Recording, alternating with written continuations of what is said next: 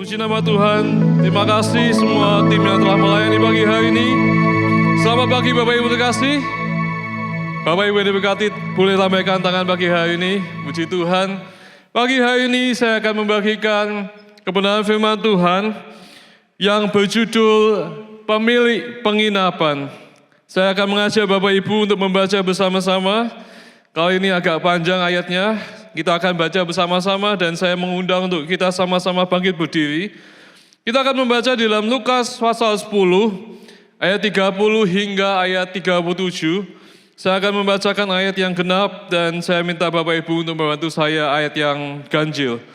Lukas 10 ayat 30 sampai 37. Semuanya siap? Puji Tuhan. Ayat 30, jawab Yesus, adalah seorang yang turun dari Yerusalem ke Yeriko. Ia jatuh ke tangan penyamun-penyamun yang bukan saja merampoknya habis-habisan, tetapi yang juga memukulnya, dan yang sesudah itu pergi meninggalkannya setengah mati.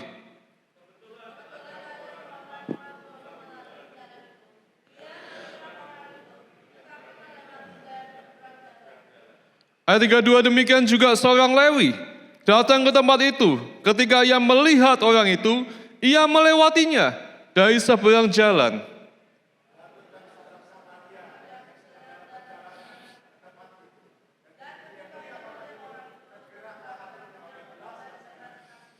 Ia pergi kepadanya lalu membalut luka-lukanya. Sesudah ia menyiraminya dengan minyak dan anggur, kemudian ia menaikkan orang itu ke atas keledai tunggangannya sendiri, lalu membawanya ke tempat penginapan dan merawatnya.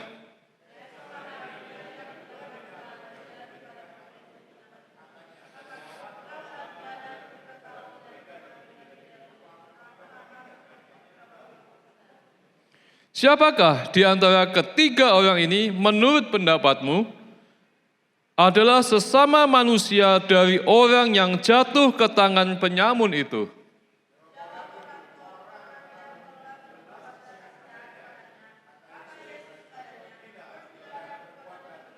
Puji nama Tuhan, silakan duduk Bapak Ibu yang terkasih. Saya percaya kita semua juga sudah tahu perumpamaan ini, benar Bapak Ibu? Tentang orang Samaria yang baik hati. Dan ketika kita mendengarkan perumpamaan ini, selalu akan kita terfokus pada tiga tokoh yang ada di dalam cerita ini, benar? Yaitu ada seorang imam yang tahu ada orang yang habis dirampok, berdarah-darah, penuh dengan luka, Anda bisa lihat di situ. Imam itu mungkin gambaran sekarang mungkin seorang pendeta, ya, penginjil, pendeta, orang yang ada di mimbar. Dan ketika dia lihat orang yang jatuh sedang dalam masalah, dia tidak peduli. Dia hanya melihat dari jauh, pura-pura ada, jangan ikut-ikutlah, jalan begitu saja. Kemudian ada satu tokoh lagi yaitu seorang Lewi. Lewi mungkin zaman sekarang ini aktivis, hamba Tuhan, mungkin nggak semuanya seperti itu Bapak Ibu ya, tapi mungkin ada yang seperti itu juga. Lihat ada orang sedang ada masalah, pura-pura cuek, pura-pura nggak tahu. Dan dia juga sama dengan seorang imam tadi, dia hanya lihat dari jauh, dari seberang jalan seperti itu. Dan dia meninggalkan orang yang sedang mengalami masalah. Dan kemudian ada orang yang ketiga, yaitu orang Samaria yang baik hati. Anda bisa lihat di sini gambarnya. Dia datang, menolong, dan merawat. Tetapi pagi hari ini kita akan belajar satu tokoh lagi yang gak kalah pentingnya, yaitu siapa? Bisa tunjukkan di slide selanjutnya. Yaitu adalah pemilik penginapan. Amin Bapak Ibu terkasih. Karena banyak orang melupakan tokoh ini. Kalau Anda tahu di dalam cerita pemilik penginapan, awalnya ini cerita ini berawal dari seorang yang barusan saja dirampok. Dia seorang musafir, dia sedang berjalan dari Yerusalem ke Yeriko. Dia sedang berjalan, dia dirampok, uangnya dirampas, diambil. Bahkan bukan cuma itu, dipukulin sampai katanya setengah mati.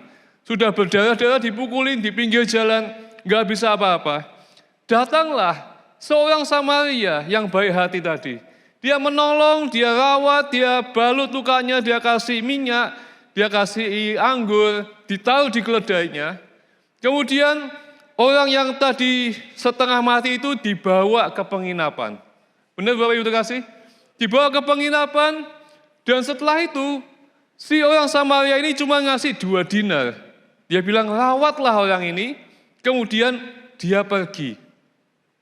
Nah pertanyaannya, orang ini bisa sampai pulih kembali, tidak akan mungkin kalau tidak ada si pemilik penginapan yang mau merawat, yang mau mengganti luka perbannya, merawat lukanya, ngasih dia makan, yang benar-benar memperhatikan dia, sampai benar-benar kembali pulih. Amin. Orang ini kita nggak tahu siapa namanya, si pemilik penginapan ini. Ini bisa cowok, bisa cewek, bisa kita semua Bapak Ibu, amin. Pemilik penginapan ini kita nggak tahu namanya. Dia bukan orang yang menyelamatkan korban. Dia bukan orang yang menjadi tokoh utama dalam cerita ini. Tetapi dia lah orang yang merawat. Orang ini tidak akan bisa sembuh tanpa ada kesetiaan, pengorbanan dari si pemilik penginapan tadi. Yang setuju katakan amin. Bapak yang terkasih, kalau Anda tahu, mungkin di slide sebelumnya, yaitu cerita orang Samaria yang baik hati ini selalu menggambarkan Tuhan Yesus. Amin. Tuhan Yesus menolong orang yang penuh dengan luka, yang sedang dalam masalah. Tuhan Yesus tolong. Dan kemudian dia bawa ke dalam rumah penginapan. Amin. Rumah penginapan itu menggambarkan gereja. Ya, Tuhan titipkan orang ini ke gereja. Saya percaya gereja itu bukan cuma gedungnya aja Bapak Ibu ya. Gereja itu siapa? Kita semua yang hadir pada pagi hari ini. Yang setuju katakan amin.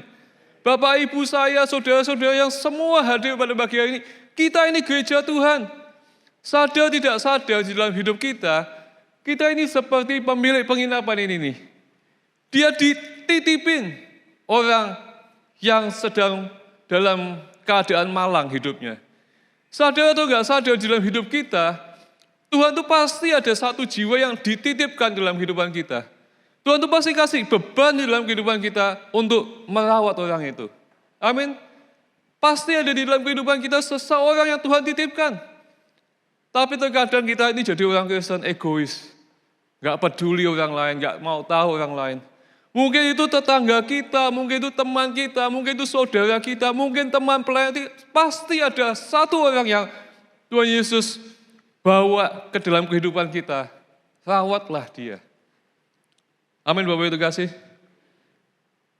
Di dalam kehidupan kita pasti ada satu orang yang mungkin sedang kecewa hidupnya, mungkin hidupnya sedang terluka, mungkin hidupnya sedang di dalam pelayanan, mungkin sedang kecewa sama orang. Mungkin ada orang yang jiwa baru-baru kenal Tuhan. Ada orang yang mungkin tetangga kita sedang kehilangan arah hidup, sedang mengalami PHK dan lain sebagainya.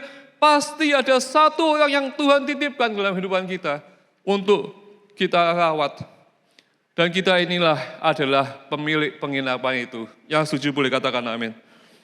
Dan pagi hari ini memang pekerjaan untuk merawat jiwa-jiwa itu kelihatannya tidak pernah terlihat. Seperti pemilik penginapan ini, dia bukan tokoh utama.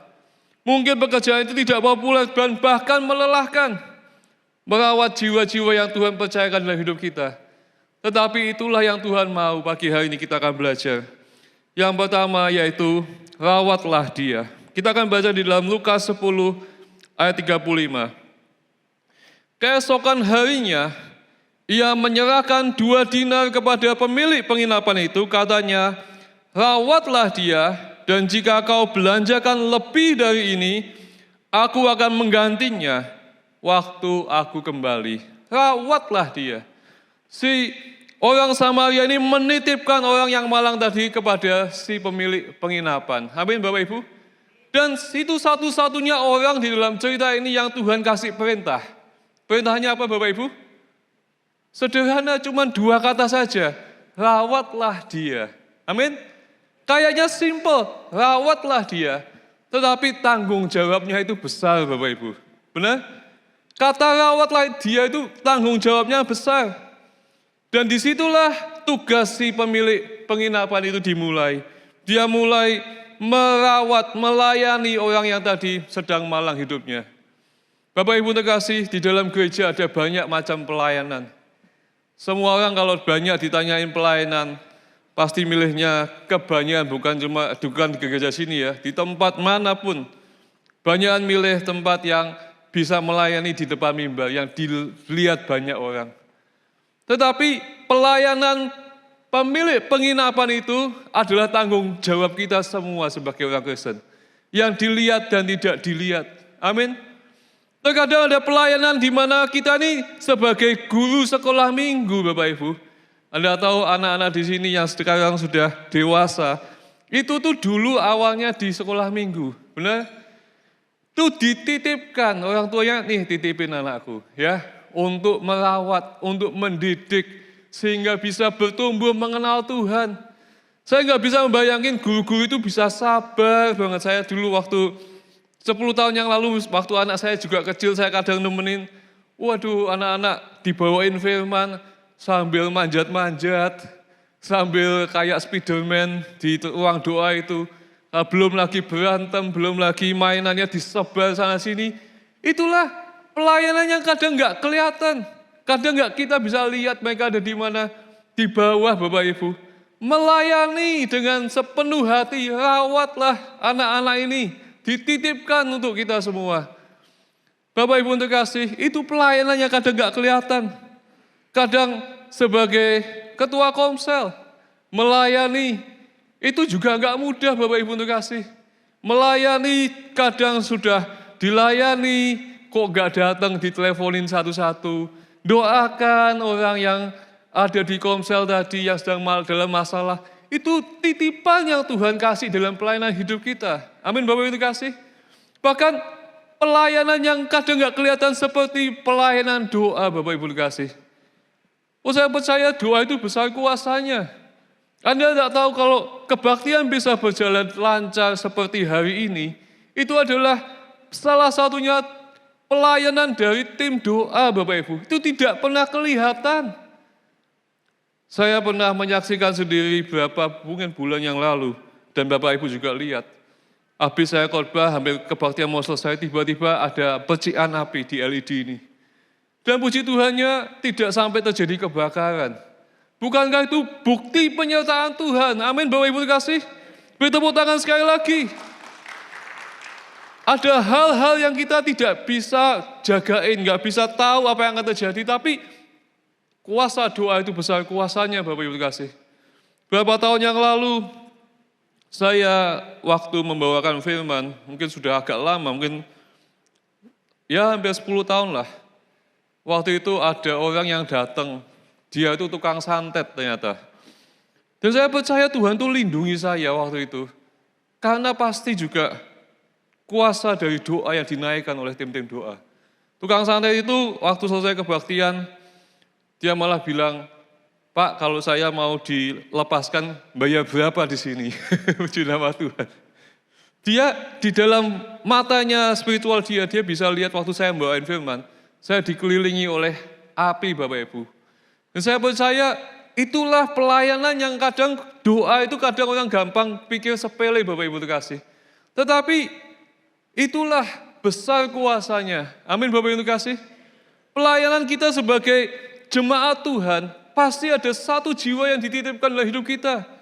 Kadang ada teman kita yang sakit, ada yang meninggal, Bapak Ibu terkasih. Kita sebagai jemaat Tuhan, yang paling kita bisa lakukan adalah apa? Kita harus support moral, benar? Kita datang, kita kuatkan jemaat yang sedang mengalami masalah, yang sedang sakit. Bapak Ibu ada perbedaan antara menolong dan merawat.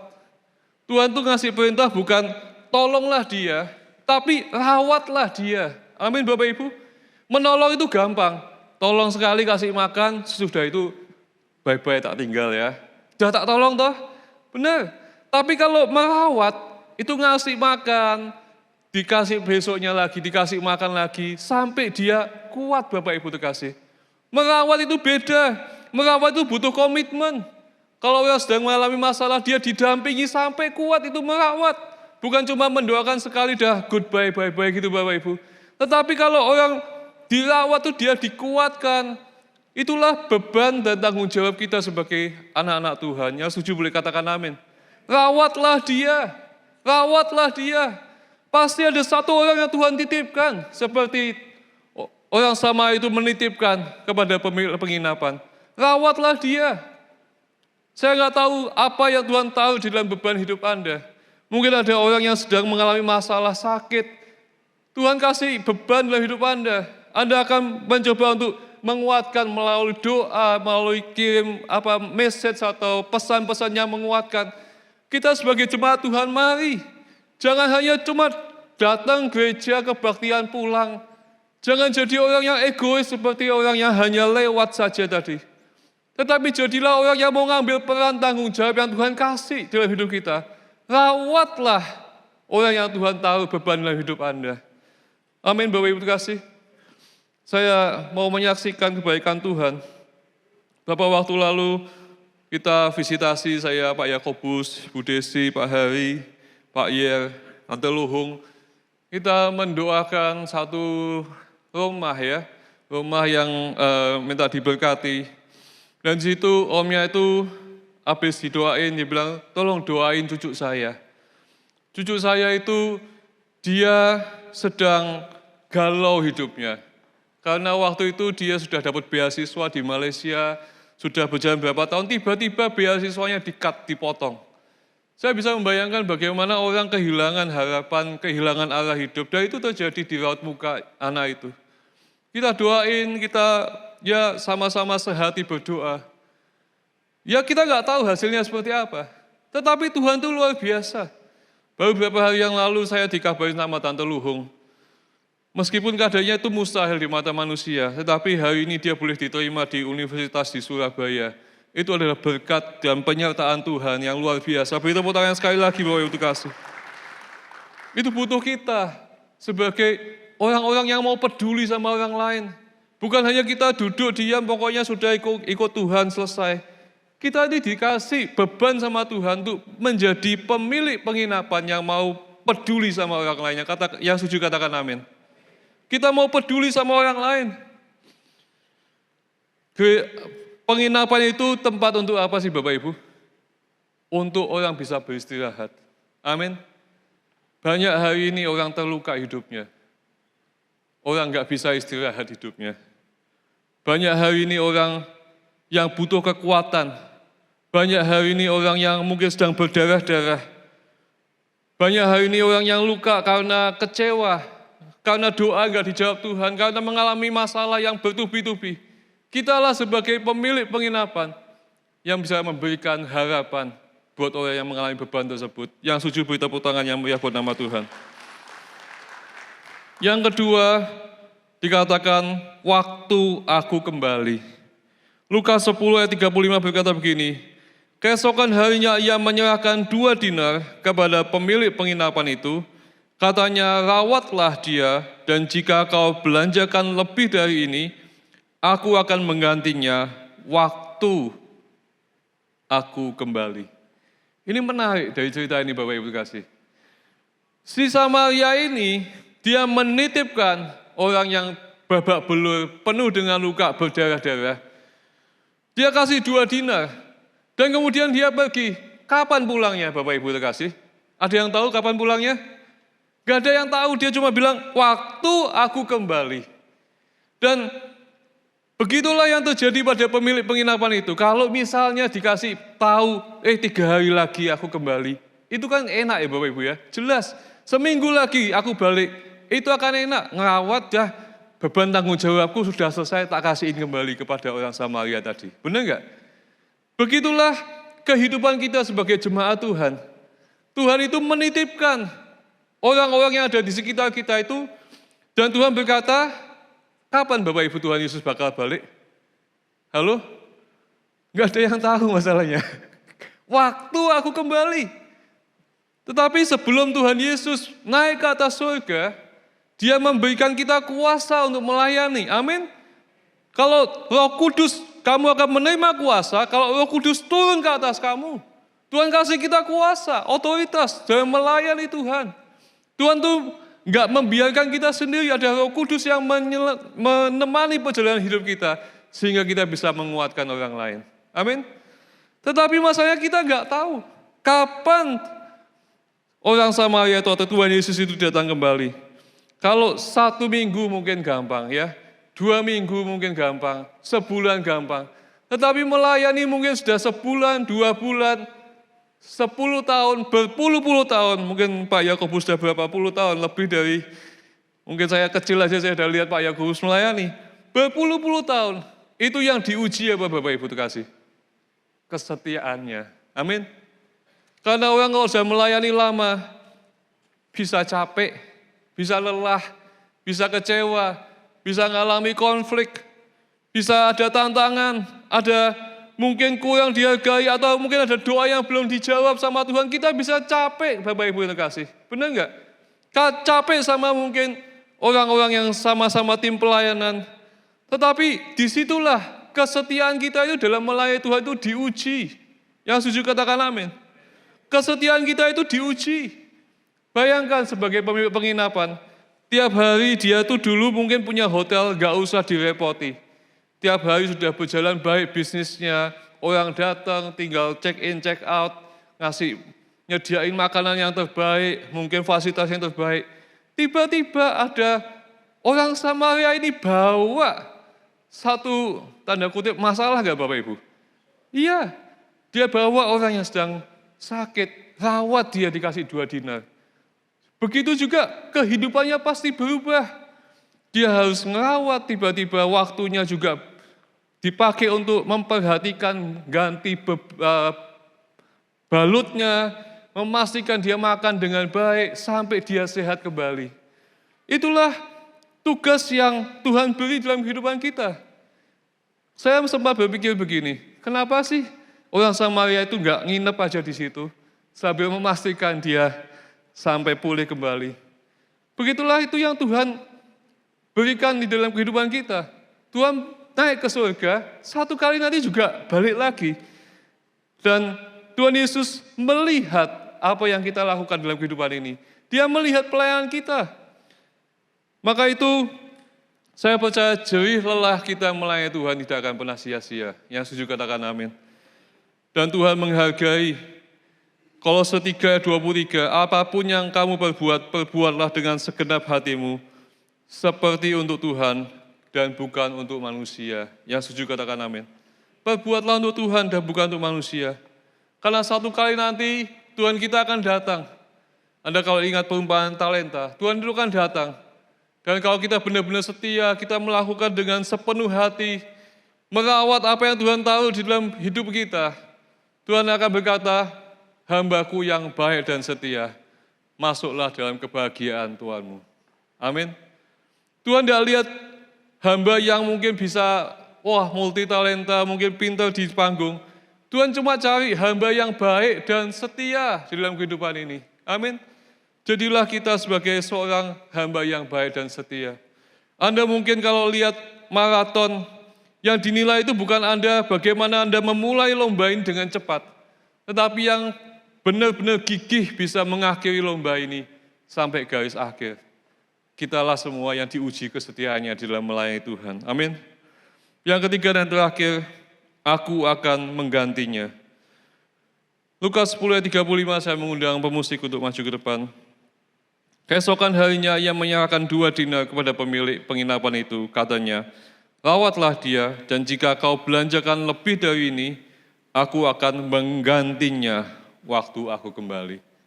Orang Samaria yang baik hati ini menitipkan orang yang tadi penuh dengan luka, berdarah-darah.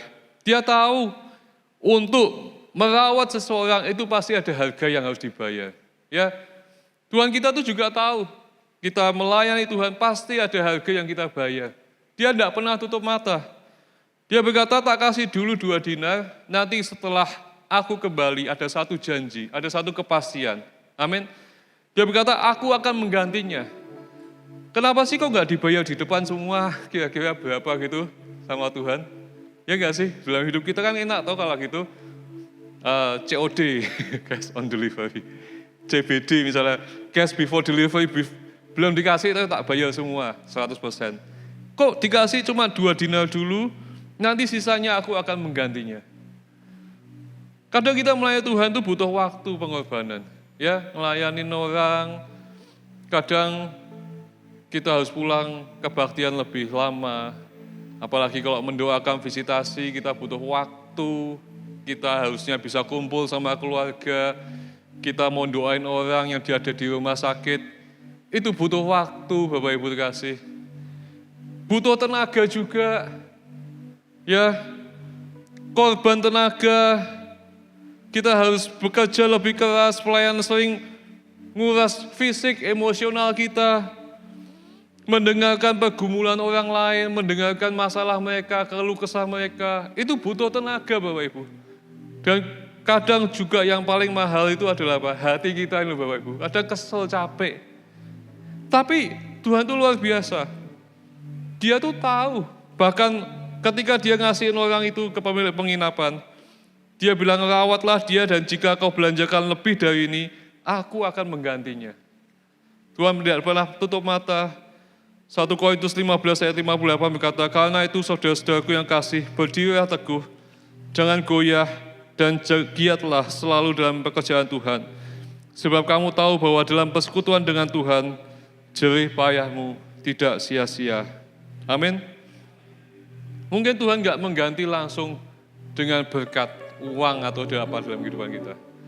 Tapi lihatlah, penyertaan Tuhan itu tidak pernah akan berhenti dalam hidup kita. Tuhan bisa memberkati keluarga kita, anak-anak cucu kita. Anda kalau melihat, oh anak cucu kita diberkati, itu adalah berkat dari apa yang kita tuai, apa yang kita tabur di dalam pelayanan kita. Amin Bapak Ibu terkasih. Ada damai sejahtera, ada sukacita dalam keluarga kita.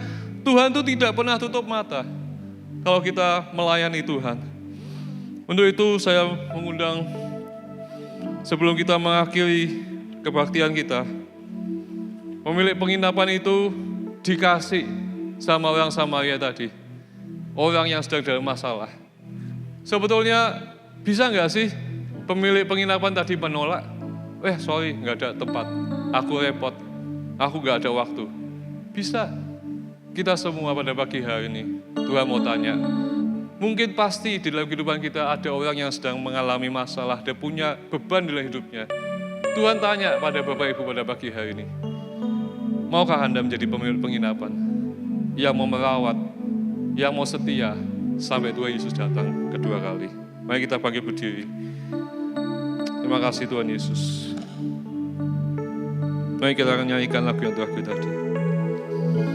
Telah kulihat bukti kasih-Mu,